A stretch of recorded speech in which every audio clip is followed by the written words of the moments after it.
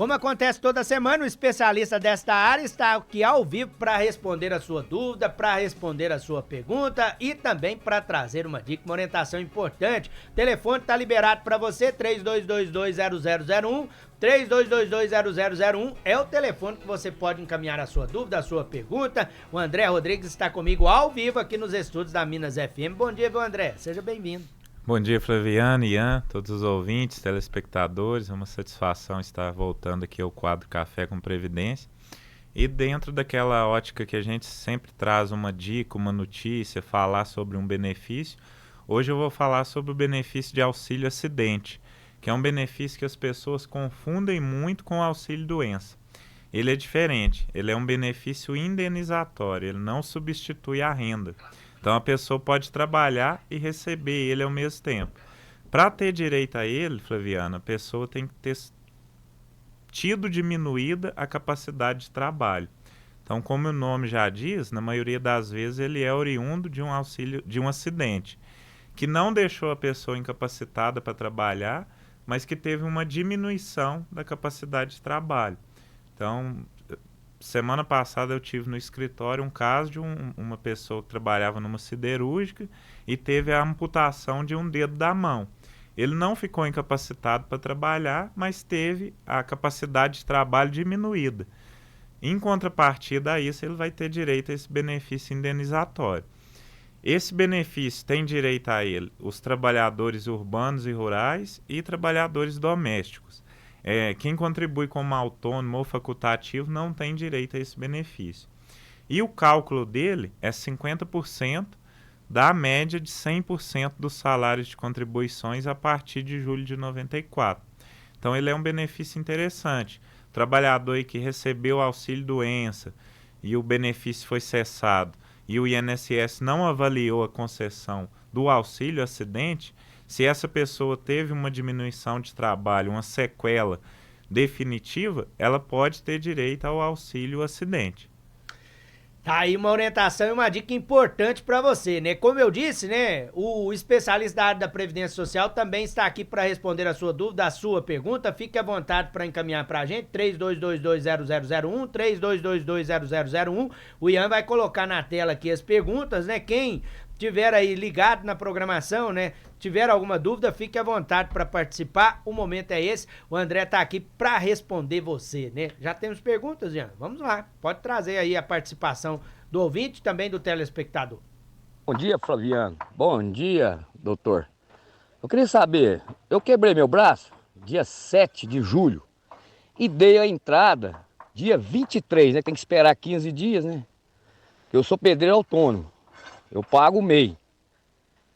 Aí, agora o Mercantil do Brasil, o Banco Mercantil, mandou uma mensagem para mim, que a partir do dia 29, era para mim ir lá para receber a primeira parcela. Isso tá certo ou eu tenho que esperar alguma coisa do INSS primeiro? Bom, no caso, primeiro, ele nem precisaria ter esperado os 15 dias. Os 15 dias é para quem é empregado, que aí os primeiros 15 dias que a pessoa não consegue trabalhar é por conta do patrão, depois vai para o INSS. Como ele é autônomo, ele falou que é pedreiro, ele poderia ter dado a entrada no dia seguinte. Quanto à dúvida dele, o interessante é que ele ligue no 135 ou no aplicativo Meu INSS e baixe o extrato de pagamento, que lá vai ter os valores que ele vai receber e a data. Mas se o banco já entrou em contato, muito provavelmente é porque realmente o valor vai estar disponível para ele no Banco Mercantil. Então, oriento que ele procure o Banco Mercantil para ver se realmente o benefício está disponível.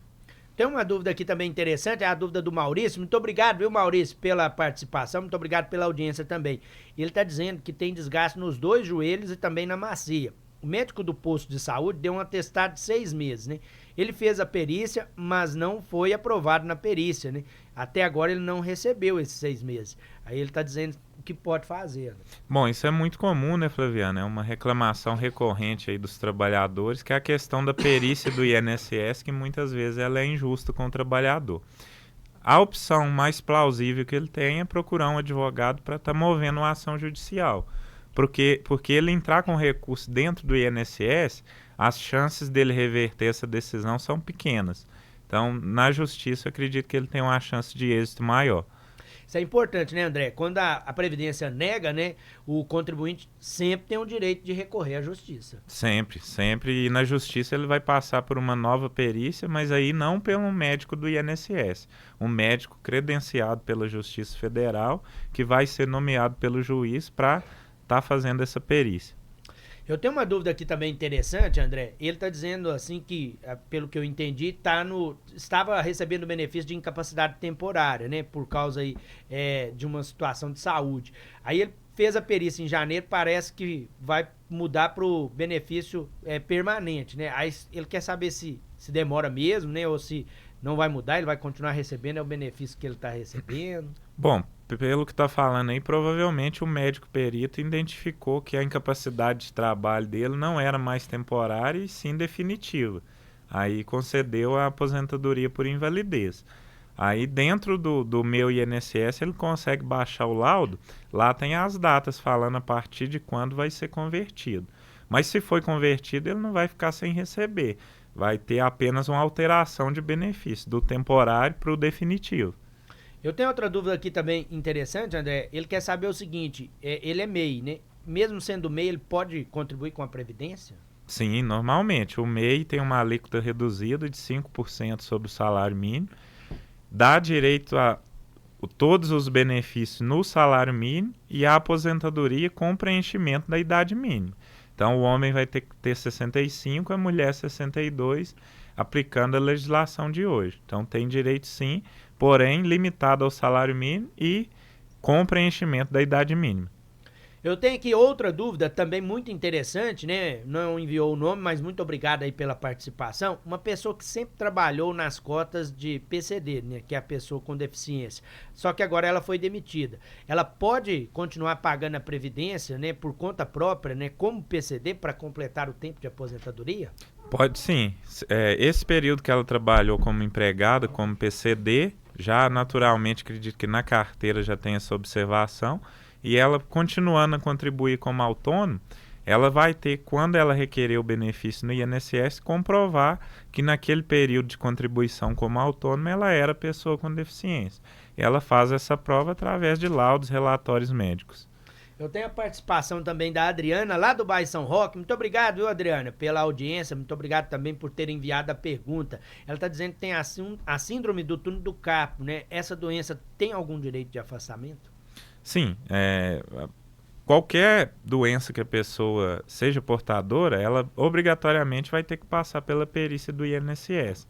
Que o fato de você ter uma doença por si só não te dá direito ao benefício. O que dá direito ao benefício é a incapacidade para o trabalho, seja ela temporária ou definitiva. Porque muitas vezes você tem uma doença, mas que não te incapacita para trabalhar. Então, o fato preponderante é provar a incapacidade para o trabalho. Outra orientação importante aí do doutor André. Vamos a mais uma pergunta?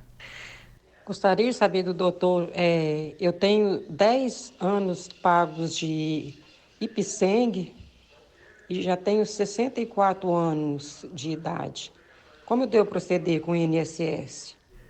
Bom, a pergunta eu não entendi muito bem, porque ela disse 10 anos de IPSENG. O IPSENG é a Previdência do Estado, é para quem é servidor concursado do Estado de Minas Gerais. Então, ela teria que esclarecer. Se for para o INSS, ela tem que ter 15 anos, porque ela já tem a idade mínima, 64. Mas teria que ter 15 anos pagos. Agora, se for IPSENG, aí são outros requisitos para o servidor público. Então, ela teria que esclarecer melhor se ela é servidora ou não. Aí o doutor André trazendo para você sempre a informação precisa aqui no programa Bom Dia Divinópolis e respondendo também as perguntas dos ouvintes e dos telespectadores. Esse é o compromisso do quadro Café com Previdência, trazer sempre para você informação e também utilidade pública. Muito obrigado, André, pela presença. Eu que agradeço mais uma vez, Flaviana, Ian, todos os ouvintes, telespectadores. Um abraço e uma ótima semana a todos. E eu reforço aqui, né, que a participação do doutor